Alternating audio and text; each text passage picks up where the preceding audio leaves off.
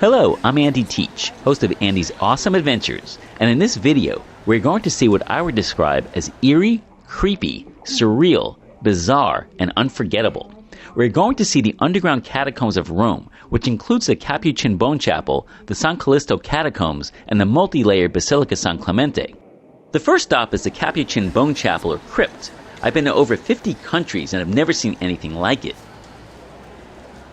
The Capuchin Crypt is a small space comprising several tiny chapels located beneath the Church of Our Lady of the Conception of the Capuchins, commissioned in 1626 by Pope Urban VIII, whose brother Antonio Barberini was a Capuchin friar. It contains the skeletal remains of 3,700 bodies believed to be Capuchin friars buried by their order. When the monks arrived at the church in 1631, moving from the old monastery, they brought 300 cartloads of deceased friars. Friar Michael of Bergamo oversaw the arrangement of the bones in the burial crypt.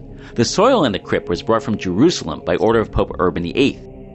In accordance with Capuchin law, which did not allow burials to take place within the churches of the friars, Father Michael designed an underground cemetery reserved for the burial of the friars directly beneath the chapels. There were 6 total rooms in the crypt, 5 of them featuring a unique artistic display of human bones believed to have been taken from the bodies of friars who had died between 1528 and 1870. We are going to see 4 of those rooms. The Crypt of the 3 Skeletons is the only room where you can see a skeleton in its entirety. 2 of the skeletons in the middle are those of young children, probably the Barberini children, whose family founded the friary and church. They are resting on hip bones, signifying that death can come at any time. The inscription under them says, "What you are now, we used to be. What we are now, you will be." The skeleton on the ceiling is perhaps the infant Princess Anna Barberini. In her right hand she holds a scythe, a symbol of death, and in her left hand holds the scales, symbolizing God's judgment on the good and evil performed in one's life. The side walls contain 2 wide arched niches with the bodies of 2 Capuchin friars lying on cushions made of bones. The walls of the niches are decorated with floral motifs made of ribs, vertebrae, and parts of knee bones. As you leave this room, you can see the design of bones shaped like a clock. The bones are composed of vertebrae, foot bones, and fingers. The single hour hand is a breastbone, marking the transitory hours of earthly time as if to show the continuity between time and eternity.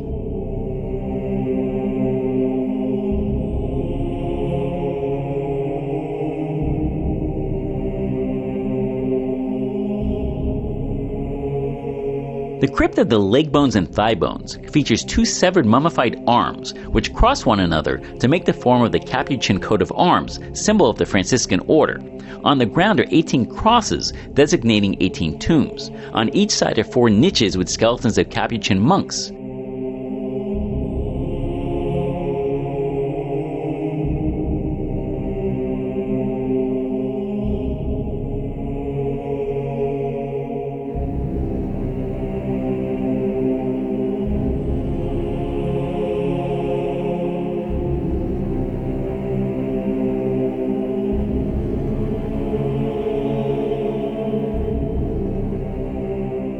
The Crypt of the Pelvises has 1 monk on each side and 3 against the wall.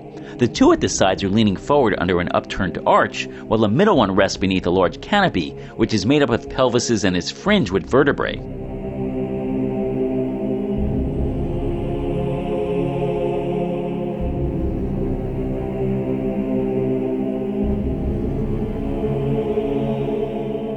The Crypt of the Skulls contains 2 curved niches on the sides containing the bodies of 2 Capuchin friars in a resting position. The niches are made of arm and thigh bones supported by skulls. The back wall contains niches for the 3 standing Capuchin monks. In the central niche is an hourglass, winged with shoulder blades, reminding us that time flies. The crosses on the ground mark the tombs of 7 Capuchins.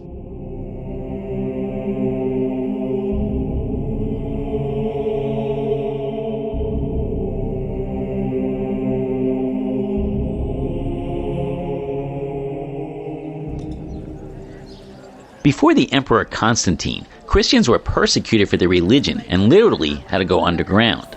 In the 1st century, Rome's Christians did not have their own cemeteries. If they owned land, they buried their relatives there, otherwise they resorted to common cemeteries where pagans were also buried. In the first half of the 2nd century, as a result of various grants and donations, Christians started burying their dead underground. That is how the catacombs were founded. Many of them began and developed around family tombs, whose owners, newly converted Christians, did not reserve them to the members of the family, but opened them to their brethren in the faith. With the passage of time, these burial areas grew larger by gifts, or by the purchase of new properties, sometimes on the initiative of the church itself. Typical is the case of the Catacombs of San Callisto, also known as St. Calixtus. The church directly took up the organization and administration of the cemetery. The Catacombs of St. Calixtus were named after the deacon Calixtus, who at the beginning of the 3rd century was appointed by the Pope as the administrator of the cemetery, and so it became the official cemetery of the Church of Rome. He later became Pope Calixtus I. The catacombs form part of an ancient complex that occupies 90 acres and are 12 miles long. They go down 4 to 5 levels, and the ceiling can be up to 70 feet high.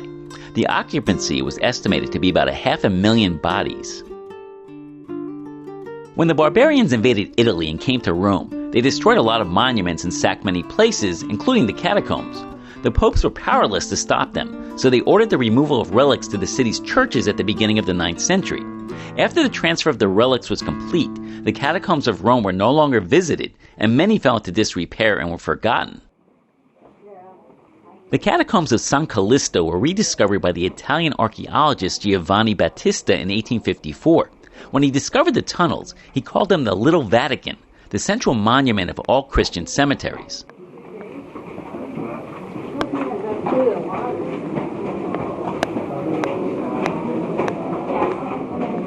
The catacombs' most ancient parts includes the Crypt of the Popes, the Crypt of St. Cecilia, and the Crypt of the Sacraments. The Crypt of the Popes is where 9 pontiffs and perhaps 8 representatives of the church hierarchy had been buried. 3 African bishops are buried here. At its peak, it would have held the remains of 16 popes and 50 martyrs.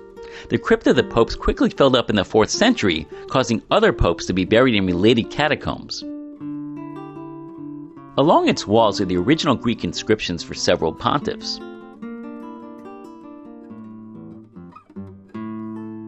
In the far wall, Pope Sixtus II was also buried.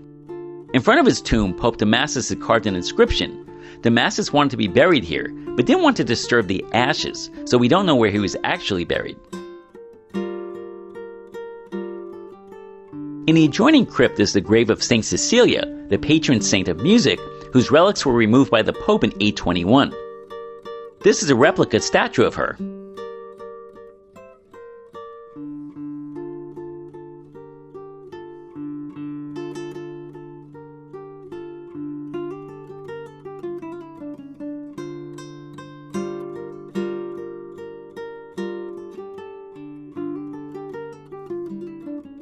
The Cubicles, or Crypt of the Sacraments, is a family tomb with frescoes from the first half of the 3rd century, hinting at baptism, the Eucharist, and the resurrection of the flesh.